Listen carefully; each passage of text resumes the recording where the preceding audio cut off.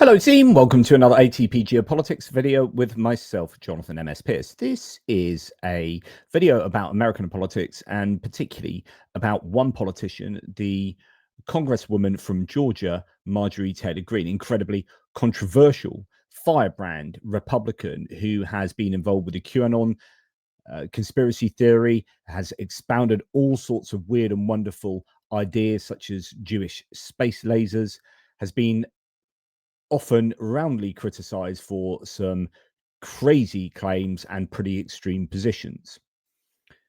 But the last 3 weeks, something has happened. Something is happening. What that is, I guess we can at the moment only speculate upon, but she is definitely going through a rebranding, and she has been diverging from the GOP, from the Republican orthodox agenda, I guess, or the Trumpian agenda, on more than a number of occasions. Now, we saw this first with the discharge. Well, probably not first, actually, but a recent example was the discharge petition for the Epstein files to be published, where only four Republican Congress people have signed up to this petition that would see the Epstein files published, and she's been very, very strong over that, and I commend her for that. It's been very difficult. She would have been pressured in incredible ways by the Republican Party machine and the Trump White House. So that takes some courage to do that, as it does for all of those four. I mean, it's obviously the right thing to do, and it's incredible that I'd have to commend Republicans for doing the right thing, but apparently that's the case. I am no fan at all of Marjorie Taylor Greene, but a stopped clock is right twice a day. But actually, she's starting to be correct more than twice a day at the moment. And that makes one wonder what's going on. Something is happening. She has been talking about Obamacare and healthcare, and about how the big beautiful bill and the government shutdown is not good, is not good for the working class, is not good. She famously talked about her own family members having their healthcare provision, their premiums go up by 2 to 3 times if something isn't sorted out with regard to the healthcare issue there. So she's diverging from the Trump White House quite a bit, and we're going to see now that this is happening rather more often than we have seen previously. So we go back a few weeks. She was on, I mean, this is October the 9th here, when this is now pretty much a month ago. She was on CNN and said a whole range of things that at the time was pretty controversial, at least if you were a Trump aide or White House message, someone in charge of the White House messaging. She was on CNN being pretty controversial. Is the Jeffrey Epstein files, wanting to release those. I know Democrats have also been calling for that, a few other Republicans as well. The Democrats are accusing Speaker Johnson of delaying the swearing in of Arizona's Democratic Congresswoman-elect because she would give the last vote needed to release those Epstein files. I'm wondering, the Speaker, for his part, he has denied that. He said it's because of the shutdown. Have you spoken to him? Do you think she should be sworn in right away? Well, I'll say it like this. I can't conclusively say if that's why the House is not in session, but the House should be in session. And the House should be in session for many reasons. We have appropriation bills that need to get passed. There is a new Democrat that's been elected that does deserve to be sworn in. Her district elected her. We have other bills that we need to be passing. And if it's to avoid the discharge petition, why drag this out? That is going to have 218 signatures. And so I say go ahead and do it and get it over with. And she's been on record, I think it was in this interview as well, saying, look, we've got the trifecta. We've got the president, the House of Representatives, and the Senate. We control all of these things. What's going on? Why have we got government shutdown? So she is one of these who is critical of the government shutdown from a number of different angles. In fact, let's listen to her talk exactly about that here. New Washington Post poll. It shows that 47% of Americans believe that President Trump and the Republicans are mainly responsible for the shutdown. You see it here on the screen, compared to just 30% of Americans who blame Democrats. Of course, Republicans are the ones with the power. Do you agree with Americans in that poll that see the shutdown as your party's fault? You know what? I don't think the shutdown is popular for either side.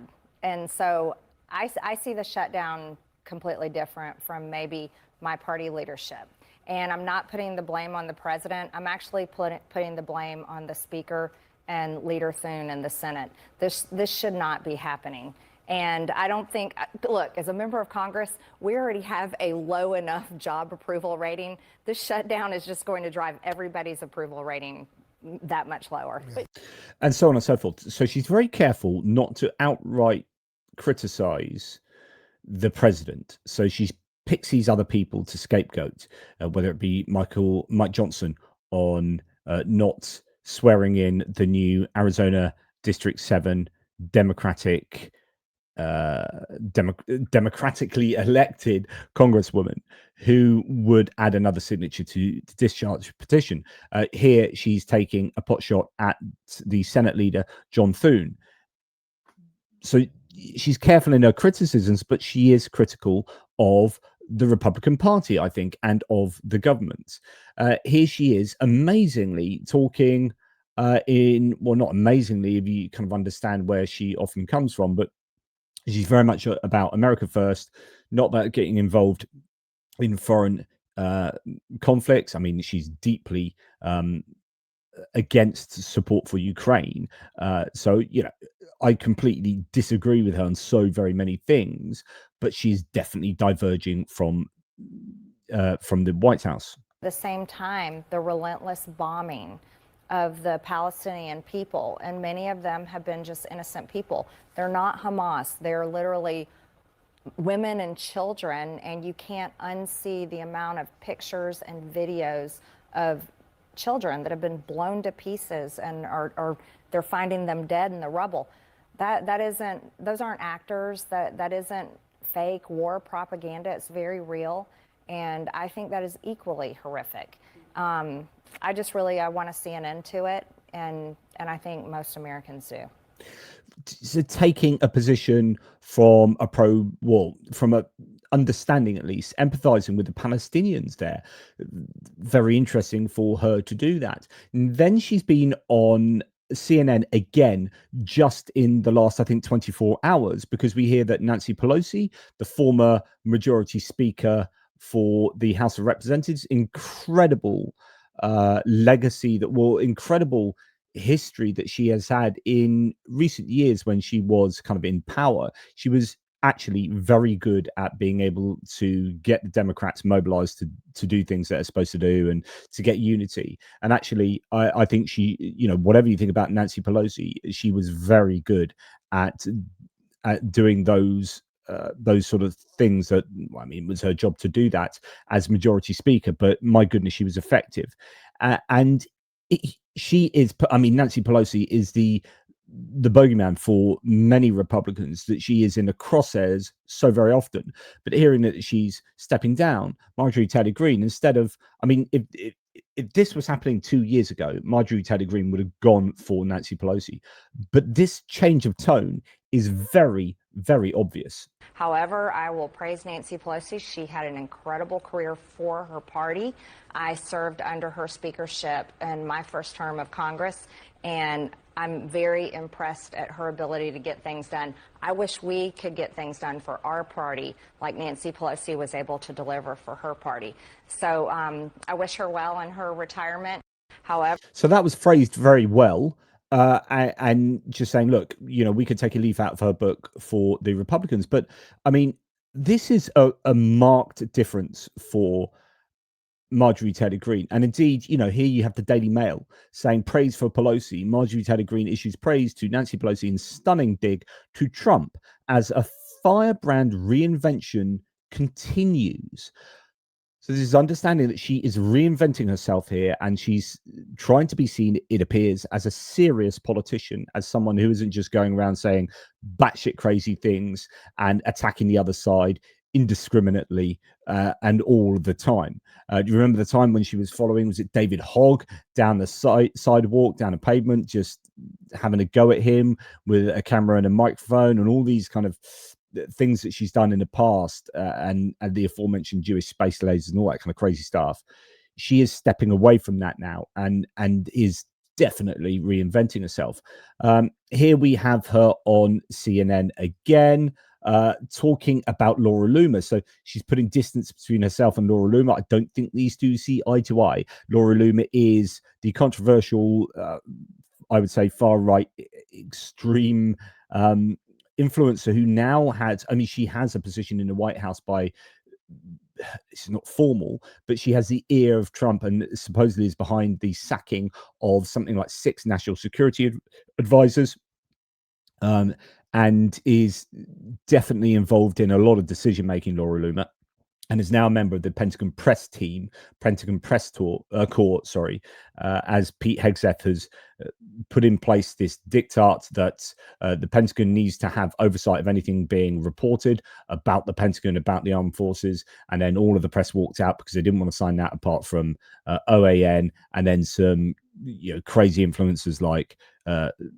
Tim Pool and probably I think Benny Johnson maybe, and Laura Loomer.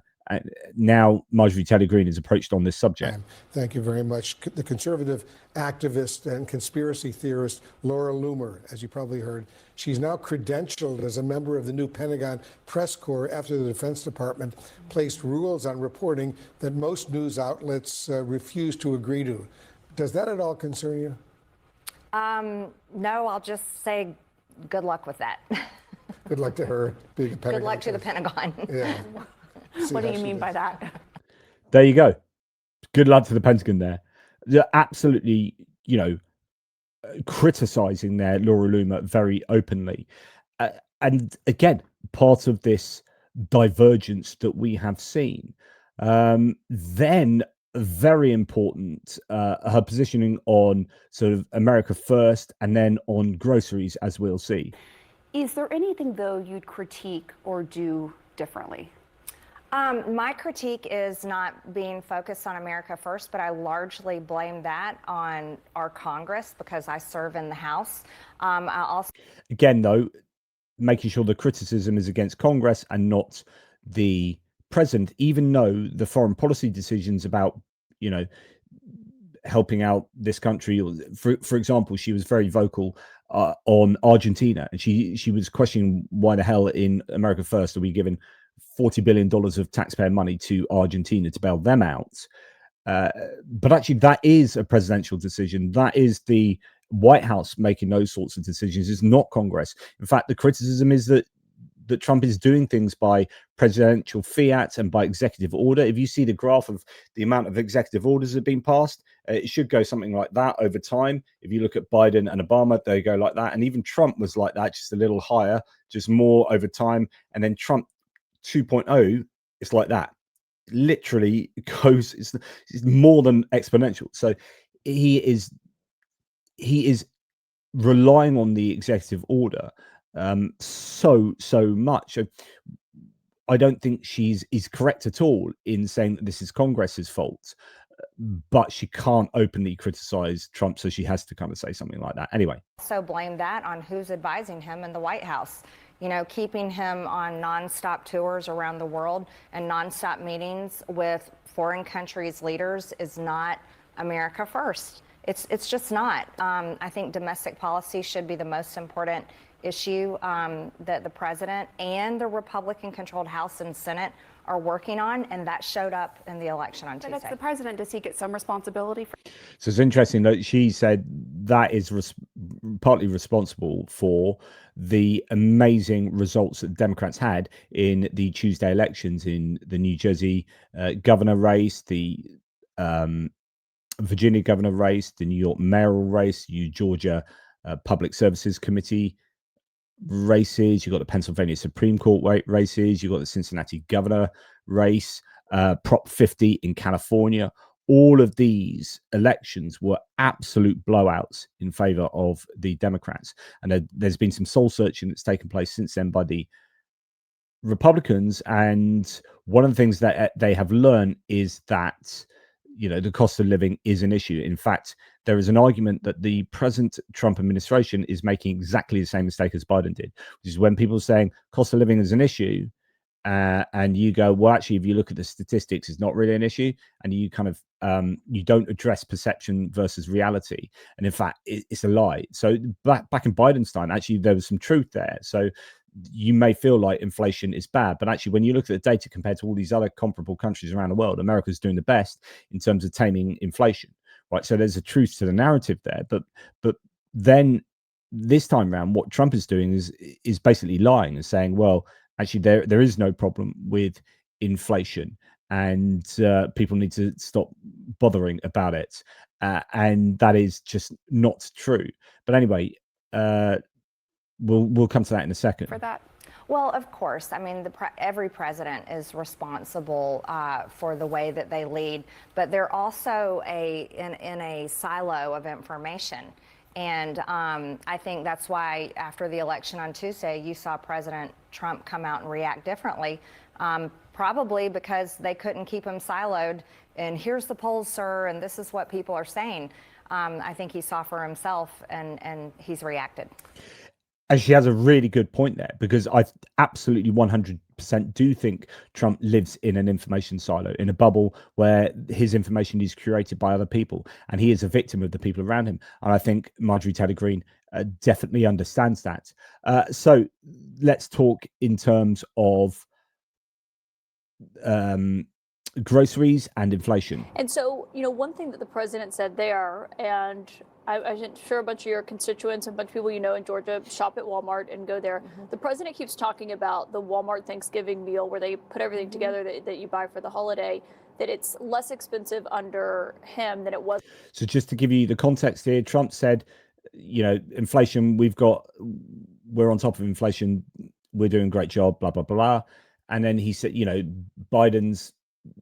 he always talks about Biden just so much. It's quite incredible.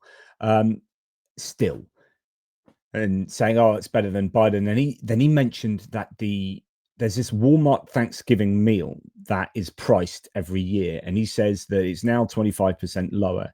The price of it is 25% lower. And that is evidence that we are doing an amazing job. And his quotes around that were really explicit on how, you know, nobody's ever seen anything like this. It's incredible, blah, blah, blah. But actually, he's either doesn't understand that they've changed the way that Walmart have done their pricing. So they've taken a bunch of items out.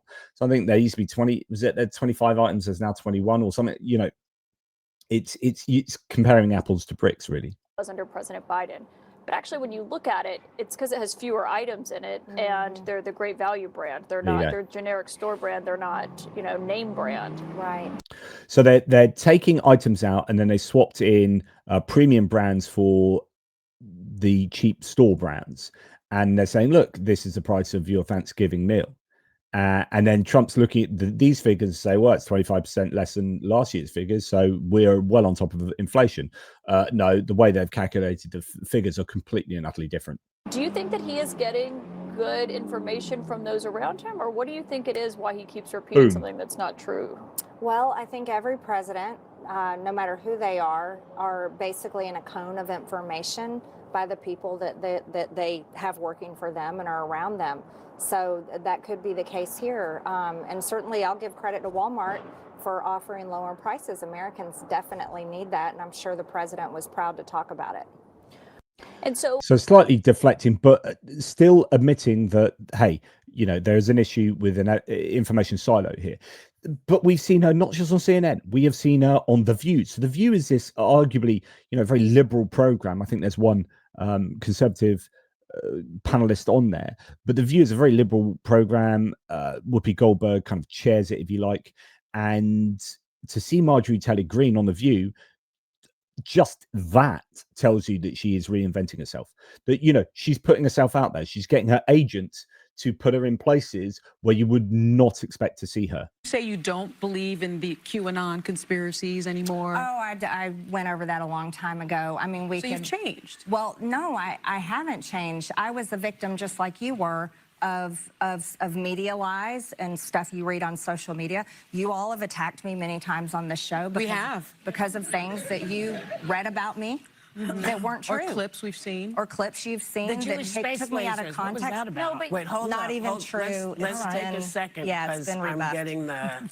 Say you don't. So Jewish space lasers, QAnon, she's now rejecting that, right? And saying, look, it all debunked, it wasn't true. Or she's saying, look, we are victims of misinformation, but also possibly talking about being in your own information silo in a way that she is now talking about Donald Trump. So it's a fascinating shift here. And you know, there is a lot to what she says. If she is intimating that she might have been in an information silo, I don't know if she's quite saying that much, because she was also talking, I think, or possibly just talking about how other people are living in their own information or seeing things through their own informational lenses, such that they misinterpret what I've said or don't understand that's been debunked, and so on and so forth. But I think if she is also admitting that she's been a victim to living in an information silo, then that is quite an admission. But so she was on The View, and then here we have her on Bill Maher. So this is another show that you probably wouldn't expect to turn up, although, you know, he does have a range of guests. But I think this speaks to a reinvention of Marjorie Taylor Greene. Here's why I'm angry. The Democrats passed Obamacare, but yet the Republicans have never done anything to correct the problems that exist with it. And I blame my own party. That's absolutely wrong. And I don't think it's an easy thing to fix. However, it's something that we should have a plan for. And Mike Johnson, for a month now, cannot give me a single policy idea, and I'm angry about that. Is this your understanding of Obamacare, that it raises? So she has just got a round of applause on Bill Maher, and what she said was bang on. So famously, Obamacare came about as kind of a stopgap. It was an imperfect solution to a problem.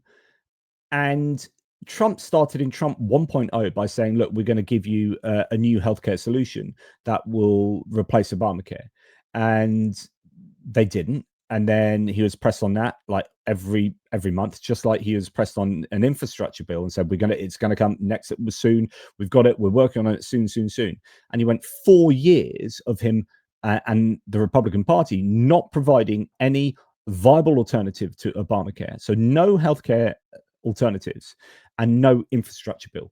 And then Biden came along, infrastructure bill straight away, and then blah, blah, blah, blah. And then Trump comes back, and they've had 4 years plus 4 years, so 8 years to come up with an alternative to Obamacare.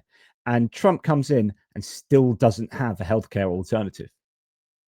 And she's having a go at Mike Johnson. So like I said earlier, John Thune, Mike Johnson, rather than Trump. But actually Trump, if he's coming in as a president, his team should have developed some kind of healthcare policy agenda.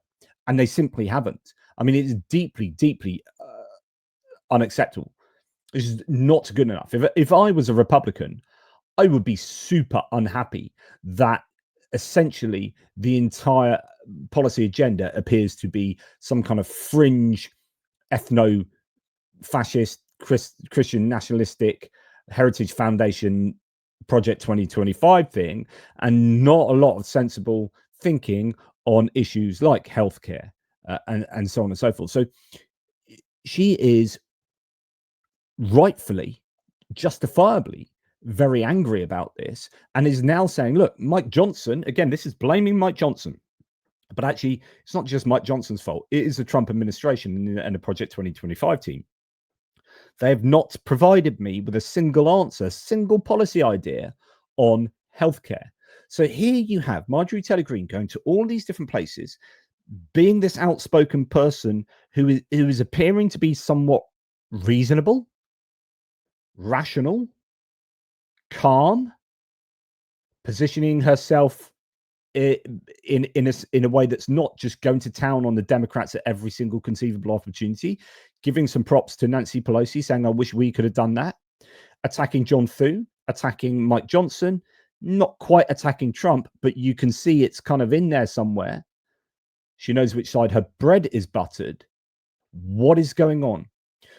So sometime back, this is back in May, breaking news, it was back in May, Marjorie Taylor Greene snaps over an embarrassing report that Trump forced her out of the Senate race.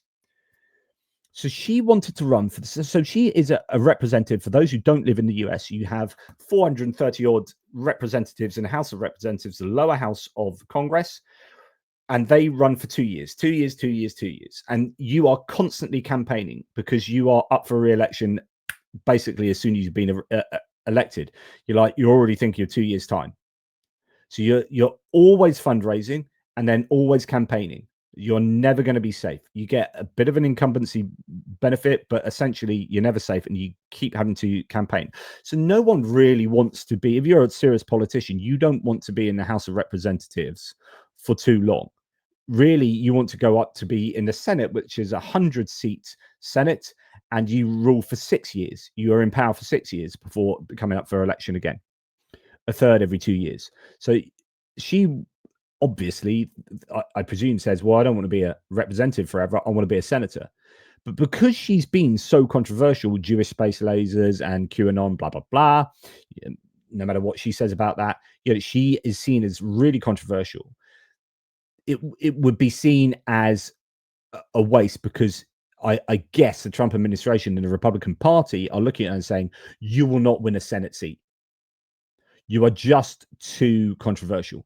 So she was convinced out of running for the Senate in, I guess, the November. Well, no, this was this May. Actually, this was after the election, so that'd be running in the next in the midterms. So she's been convinced out of that by.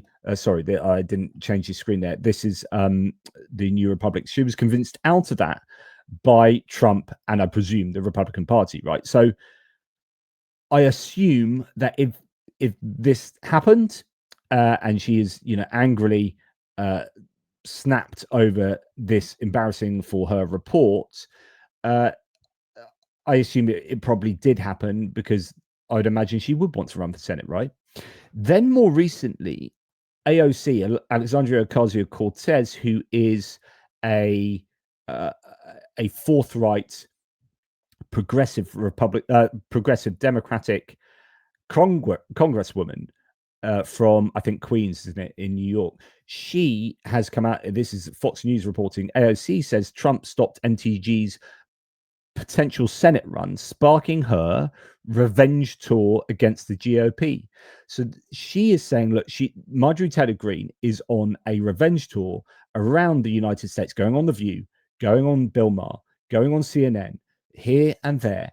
And this is her revenge against, well, really the GOP. She can't go to town on Donald Trump, so she's taking it out on the structure of the GOP, on the leaders of the congressional leaders and other such people. Interesting. Well, then we have also had this report in Notice. So Notice has come out with a report saying Marjorie Taylor Greene is telling people she wants to run for president. One source told Notice Greene believes she has the national donor network to win the primary. So there is some truth that she's quite a good campaign fundraiser because she's got that kind of MAGA. She is a MAGA firebrand. She would, in my opinion, this is my speculation, but she would be nowhere near attractive enough to run for president in terms of like the machinery of the GOP. I think she would be seen as too much of a liability to do that.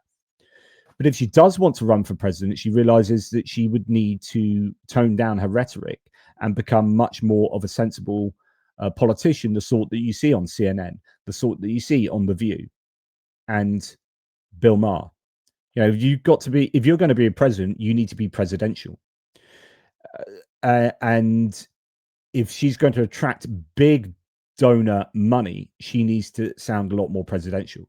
Now, I don't think she's remotely knowledgeable enough to be president, but then Donald Trump's president, so that's clearly not a prerequisite. She is completely put a kibosh on this idea by saying, who's your source for this? Attacking Notice for this, saying, is it Laura Loomer or whatnot? So this independent article, Marjorie Taylor Greene pours cold water on a 2028 presidential run after rumors swell due to MAGA firebrand's break from the GOP on major issues.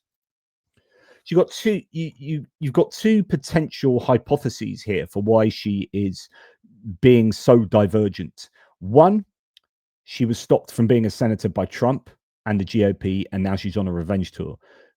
And or two, she wants to run for president. And in order to do that, you need to seem presidential. And you need to appeal to people across the aisle. Being the Georgia Congresswoman, who is a MAGA mentalist, she would never be able to achieve that. I mean, Donald Trump has sort of achieved that controversially, but, you know, he didn't win the popular vote in Trump 1.0. He lost against Biden. And then this time, yeah, there's a bit of chaos, all sorts of variables around as to why he was able to get in this time. But I don't think that will work in Marjorie Taylor Greene's favor if she just went the full-on MAGA route. So she needs to take on this kind of more reasonable MAGA persona. She's still going to be super America first, anti-foreign policy, blah, blah, blah. But she needs to make herself more attractive to independents and to the working class and to, you know, these different demographics. And that could be what she's doing. So absolutely incredible month for Marjorie Taylor Greene in terms of reinventing herself. Like, she appears to be very much a different person. Makes you wonder how much of any politician is real if you can just change like that and have your views completely dissipate and disappear. There are questions about authenticity, but nonetheless, you know, fascinating to see, certainly from my point of view, as someone who really does not take a liking to Marjorie Taylor Greene.